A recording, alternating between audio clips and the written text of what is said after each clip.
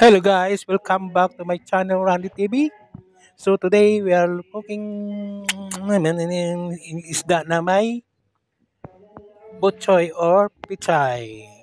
Kasi itong paborito ng aking commander, asawa ko.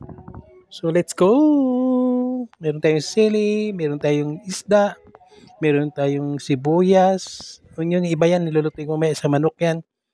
Isda muna. Ayan po. Una, naka-ready na po lahat ng prito niyan. Kasi magsimula na tayo. Ito po ang mantika na pinagprituhan ko. Ayan. Sibuyas muna. Onion, mikos-mikos.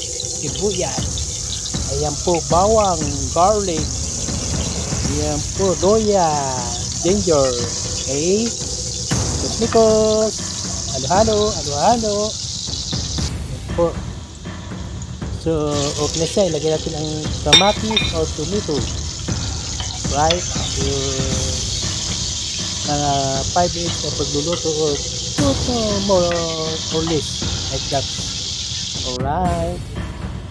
So, okay na siya ata. Pwede na. Yan. Lagyan natin yung oyster sauce.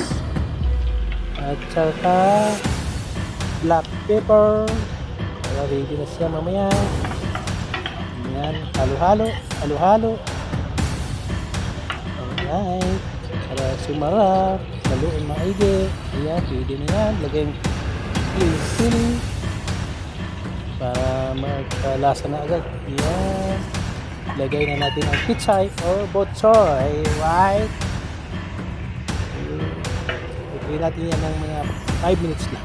Or 3 minutes or more. To go in 5 minutes. Okay. Ready na siya. Ayan. So,